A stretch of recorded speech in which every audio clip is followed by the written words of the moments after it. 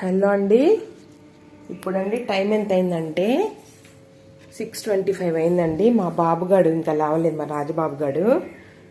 ఇవాళ ఏంటో పరుపు మీద పడుకోలేదు, దాదాపు పరుపు మీద తక్కువే. తర్వాత చైర్లో కూడా పడుకోలేదండి. ఏంటో కింద పడుకుని నిద్రపోతానే ఉన్నాడు. ఆవు దూడలు ఉంటాయి కదండి, ఆవు దూడలు నిద్రపోతానే ఉన్నాడు. ఏందో మురిగ్గా ఉన్నాడు. స్నానం చేయించాలండి, వారానికి మురికైపోయాడు ఈసారి. బయటకు తీసుకెళ్తానా ఓ ఇసుకని మట్టిని వెనక్కాళ్ళతో లాగుతూ ఉంటాడు అనమాట. మళ్ళీ మన మీద కూడా వచ్చి పడుతూ ఉంటుంది, మురికి అవుతూ ఉంటాడు వాడు కూడా. డిస్టర్బ్ చేయదలుచుకోలేదులేండి, నేను కూడా. నిద్రపోతున్నాడుగా. అమ్మో నాయనో ఎంత నిద్రో. ఇంకా ఆకలి కూడా వేసినట్లేదు, నిద్రలో ఉన్నాడు ప్రస్తుతం.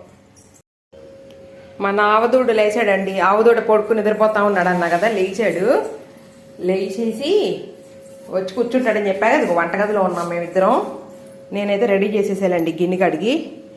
రా రాజా, దా దా పద్ పద్.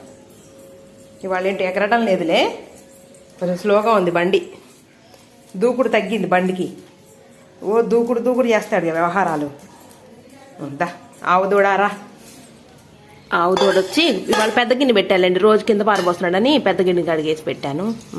సెకండ్ ఇన్స్టాల్మెంట్ ఇక్కడ పెడుతున్నా.